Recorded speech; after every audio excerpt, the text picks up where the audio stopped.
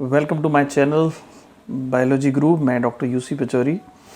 आज हम आपको ये कहना चाहेंगे, कुछ बच्चे 11th के भी इस चैनल से जुड़े हुए हैं जो अभी उन्होंने पुराने चैप्टर्स नहीं पढ़े हैं, तो वो लोग ज़्यादा लोड दिमाग में न लें, टेंशन न लें। जितना समझ में आ रहा है आप समझ लें, जब और चैप्टर पढ़ाएंगे तब आपको ये क्लियर और अच्छे से हो जाएगा। ओके, लेकिन टारगेट स्टूडेंट के लिए ये वरदान साबित है, क्योंकि इसमें हमने बहुत ही शानदार तरीके से डायनामेटिक पूरा इसको बनाया है। ओके, तो आज हम चर्चा कर रहे हैं mechanism of absorption of elements. तो बेसिकली सेल में जैसे कि कोई सेल है, सेल के अंदर कैसे वो मिनरल जाएंगे, कैसे अपटेक होंगे, तो उसके बारे में पढ़ना है। कैसे जैसे रूट सेल्स जो होती हैं, ओके, जैसे प्लांट्स में होता है रूट हेयर्स है। ओके, तो रूट हेयर्स क्या करेंगे, मिनरल्स को एब्जॉर्ब कर देंगे। कहाँ से करते हैं एब्जॉर्ब? सॉइल से। तो मिनरल को सॉइल से कैसे एब्जॉर्ब करेंगे, तो यही पढ़ना है, mechanism of absorption of elements. और एब्जॉर्ब करने के बाद में कहाँ ले आएंगे? यहाँ पे क्या है, जाइलम है, और जाइलम से फिर सीधा ऊपर की ओर यानी stem and then up to the leaf तक हमें भेजना है। ओके, नाउ तो ये स्टडी कहाँ की गई, क्या किसी सेल में या टिश्यू में या ऑर्गन में? तो मैं आपको बता दूँ कि ये जो स्टडी है ये आइसोलेटेड सेल्स में भी की गई। आइसोलेट मतलब होता है निकालने के बाद। टिश्यूज में भी की गई और ऑर्गन्स में भी की गई। डन। अब स्टडी से हमें क्या देखने को मिला, व्हाट द स्टडी रिवील्ड? तो वो क्या रिवील्ड मतलब शो करना, क्या शो करते हैं कि इसमें दो मेन फेजेस हैं अपटेक, किस तरीके से एब्जॉर्प्शन का दो फेजेस हैं। कौन कौन से हैं? एक तो फर्स्ट फेज उन्होंने कहा है, दूसरा क्या कहा है, second phase. Okay, first phase and second phase. तो बेसिकली हम इसको एक डायग्राम से देखेंगे, उसके बाद हम इसके डिफरेंस पढ़ेंगे। ओके, नाउ सी, ये आपका आ गया फर्स्ट फेज। अब इसमें क्या है कि ये हम एक्चुअली एक रिप्रेजेंट कर रहे हैं सेल को, और सेल में ये आपका हम बताना चाह रहे हैं, ये है आपका cell wall. Okay, and then ये क्या है आपका प्लाज्मा मेम्ब्रेन। ओके, ये थोड़ा सा हमने जो सेल वॉल और मेम्ब्रेन का जो स्पेस है थोड़ा ज़्यादा बना लिया है। ओके, तो यहाँ सबसे पहले यहाँ अपटेक होगी, देन एंड यहाँ जैसे अपटेक होते हैं इसे कहते हैं फर्स्ट फेज। ओके, तो ये क्या है, ये फ्री स्पेस है। फ्री मतलब फ्री जगह है किसके बीच में? मेम्ब्रेन और सेल वॉल के बीच में। इसी को हम आउटर स्पेस कहते हैं, इसी को हम फ्री स्पेस कहते हैं। यहाँ पे बहुत तेज़ी से अपटेक होता है क्योंकि यहाँ पे कोई रुकावट नहीं है। ओके, तो रैपिड अपटेक होगा। एंड देन इसको हम देखें तो इसके लिए हमें कोई भी एनर्जी की ज़रूरत नहीं है, एटीपी की आवश्यकता नहीं होगी। इसलिए कैसे होगी, जब भी एनर्जी चाहिए होती है तो हम कहते हैं वो एक्टिव प्रोसेस है। एनर्जी नहीं चाहिए होती तो वो कैसी प्रोसेस हो जाएगी? इट्स ए पैसिव प्रोसेस, क्योंकि एटीपी नहीं चाहिए। ओके, और जब भी हमें एटीपी नहीं चाहिए होती या पैसिव प्रोसेस होती है उसी को हम बोलते हैं एपोप्लास्ट। ये टर्म आ गया नया, एपोप्लास्ट। तो एपोप्लास्ट कैसे समझना है? एटीपी नहीं चाहिए, पैसिव प्रोसेस होगी तो वो एपोप्लास्ट होगी। ओके, नाउ नेक्स्ट फेज क्या बता रहे हैं कि ये यहाँ से यहाँ इस जगह पे आ गए। ओके, इस जगह आने के बाद में अब हम क्या करेंगे, ये मेम्ब्रेन है, ये क्या है, मेम्ब्रेन। मेम्ब्रेन जब क्रॉस होते हैं तो इस प्रोसेस को बोलते हैं सिम्प्लास्ट। ओके, क्या बोलते हैं इसको हम? सिम्प्लास्ट।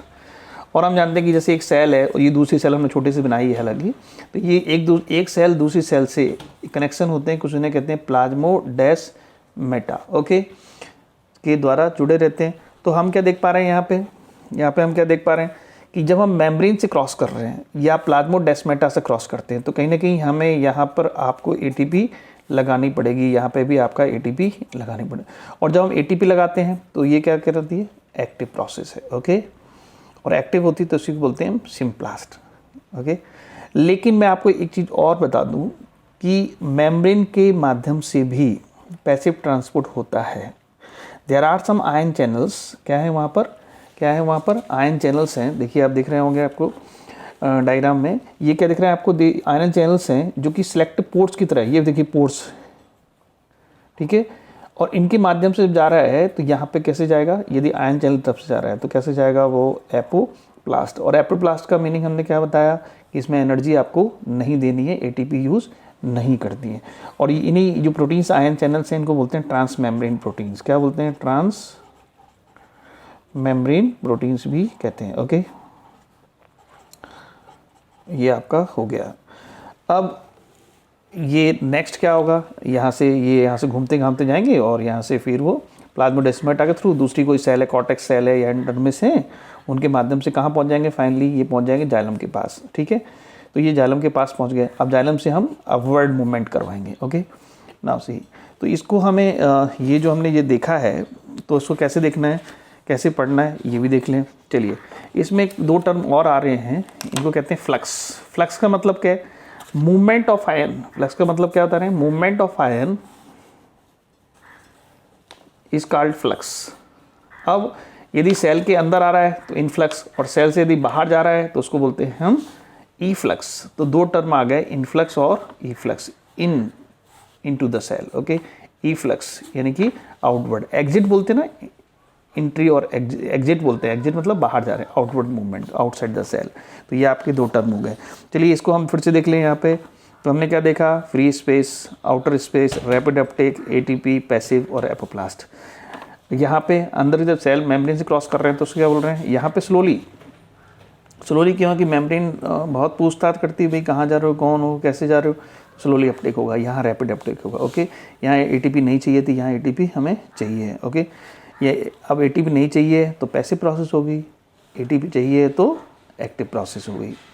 इसी को हम बोलते हैं एपोप्लास्ट, इसको बोलते हैं सिम्प्लास्ट। लेकिन मेम्ब्रेन पे कुछ ट्रांस मेम्ब्रेन प्रोटीन्स हैं जिन्हें आयन चैनल्स कह रहे हैं, वो सिलेक्टिव पोर्स होते हैं, उनके माध्यम से दी जा रहे हैं तो एपोप्लास्ट तरीके से ही जाएंगे, मतलब इसमें एनर्जी यूज़ नहीं करनी है। ओके, अब डिफरेंस देख लेते हैं जिसमें फ्रंट पेज पे हमने लिखा था। ओके, नाउ सी, तो 2 मेन फेजेस हैं, और मेन फेजेस में क्या क्या आएगा देखो, उसमें ये शुरुआत में अपटेक हो रहा है, इनिशियल अपटेक। ओके, ये कहाँ से होगा, मेम्ब्रेन के द्वारा या प्लाज्मोडेस्माटा के थ्रू। ओके, ये फ्री स्पेस, आउटर स्पेस, ये इनर स्पेस। यहाँ पर रैपिड मतलब बहुत तेज़ी से अपटेक होगा। ओके, रैपिड मतलब क्या होगा, बहुत ही तेज़ी से। यहाँ पे क्या होगा, स्लोली अपटेक। ओके, ये एपोप्लास्ट है, क्योंकि एपोप्लास्ट क्यों है, क्योंकि इसमें एनर्जी हमें यूज़ नहीं करनी है। ये कैसा है, एनर्जी यूज़ नहीं कर रहे हैं तो पैसिव। ओके, इधर देखें, स्लोली अपटेक। सिम्प्लास्ट क्यों बोल रहे हैं, कि यहाँ पे हम एनर्जी यूज़ कर रहे हैं, इसे कहते हैं मेटाबॉलिक एनर्जी भी बोलते हैं एटीपी को। तो ये कैसी प्रोसेस होगी, it's a active process. Okay, तो ये आपका हो गया। नाउ हमने आपको बताया कि कई बार क्या होता है कि इसके थ्रू देखिए आप, ये आयन चैनल्स की बात करेंगे। ओके, इनमें एपोप्लास्टी जो है, मतलब इसमें एटीपी हमें यूज़ नहीं करनी है, एपोप्लास्ट में एटीपी यूज़ नहीं करते हैं। ओके, नाउ सी, तो passive movement of ion usually occur through the ion channels, also known as transmembrane proteins that function as selective pores. तो जब इनके थ्रू जाएंगे तो हमें कैसे जाना पड़ेगा, एपोप्लास्ट मतलब हम इसमें एनर्जी यूज़ नहीं करेंगे। तो हमने ये भी देखा इसमें कि मेम्ब्रेन के थ्रू दोनों तरीके से जा सकते हैं, सिम्प्लास्ट के तरीके से और एपोप्लास्ट के तरीके से भी, डिपेंड करता है कि आयन चैनल के थ्रू जा रहे हैं कि नहीं जा रहे हैं। ओके, नाउ अब नेक्स्ट क्या है, हमने ट्रांसलोकेशन ऑफ सॉल्यूट। ओके, अभी तक हमने देखा कि ये अपटेक यहाँ से कर रहे थे, ये जाइलम एक्चुअली पाइपलाइन है जाइलम की। ओके, यहाँ से हमने यहाँ तक तो भेज दिया है, यहाँ तक, ठीक है, इसके माध्यम से हमने यहाँ तक भेज दिया है। अब हमें ऊपर की तरफ भेजना है, इसे कहते हैं असेंडिंग मूवमेंट। क्या बोलते हैं इसको, असेंडिंग मूवमेंट। ओके, तो असेंडिंग मूवमेंट के लिए क्या है, ये भेजते नहीं है, बेसिकली यहाँ पे क्या है, ट्रांसपिरेशन एक प्रोसेस होती है। ट्रांसपिरेशन क्या होता है, लीप्स के थ्रू जो है ना, वाटर वेपर के रूप में, water change into water vapour where through the stomata, यहाँ पे स्टोमेटा लगे रहते हैं। ओके, तो यहाँ पर ये एक कंसेप्ट जनरेट होता है जिसका नाम है ट्रांसपिरेशन पुल। तो ये भी इनका जो मूवमेंट है आपका मिनरल्स का, इनका इसे कहते हैं ट्रांसलोकेशन। ये जाइलम के थ्रू जा रहे हैं तो उसको बोलते हैं ट्रांसलोकेशन। तो अब हम क्या पढ़ रहे हैं नेक्स्ट, अब हम पढ़ रहे हैं ट्रांसलोकेशन ऑफ सोल्यूट। ओके, पहले तो हमने ये पढ़ लिया, यहाँ से यहाँ तक कैसे आएंगे, चाहे वो फर्स्ट फेज सेकंड फेज जैसे भी आए, यहाँ आ गए। अब हम इधर जा रहे हैं। ओके, नाउ सी, क्या लिखा है, mineral salt are translocated by the xylem. Translocation xylem थ्रू होगा, तो असेंडिंग स्ट्रीम के थ्रू जाएंगे। अब ट्रांसपिरेशन पुल, क्या बोलते हैं उसको, ट्रांसपिरेशन पुल मतलब खिंचाव, यहाँ पे खिंचाव हो रहा है तो तुमने पुकारा और हम खींचे चले आए, इस तरीके से चलेगा। अब इसको कैसे आप प्रूव करोगे कि ये जाइलम के थ्रू जाते हैं, ठीक है। तो इसमें एक कंसेप्ट आएगा आपका, कंसेप्ट क्या आएगा इसमें आप ये टेक्निक यूज़ करेंगे, कौन से, रेडियो एक्टिव जो आइसोटोप्स हैं मिनरल न्यूट्रिएंट्स को, उनको हम यूज़ करेंगे, रेडियो एक्टिव आइसोटोप्स हम यूज़ करेंगे। और इस तरीके से हमने ये देखा किस तरीके से आयंस का अपटेक होगा, अपटेक होने का अपटेक तो ये हो गया अपटेक, ओके, और किस तरीके से इनका ये जो प्रोसेस हो रही है that is what we call it translocation. तो ट्रांसलोकेशन के थ्रू होता है जाइलम के थ्रू, ओके, असेंडिंग तरीके से। तो ये आपका टॉपिक हो गया है। अच्छा, हम आपको बताना ये चाहेंगे कि इस तरीके से बच्चों के और भी सुझाव आ रहे हैं कि सर जेनेटिक्स बना दें, MBA के लेक्चर बना दें और एनाटॉमी के लेक्चर बना दें। तो बेटा ऐसा है कि हम धीमे धीमे करके ही बना पाएंगे।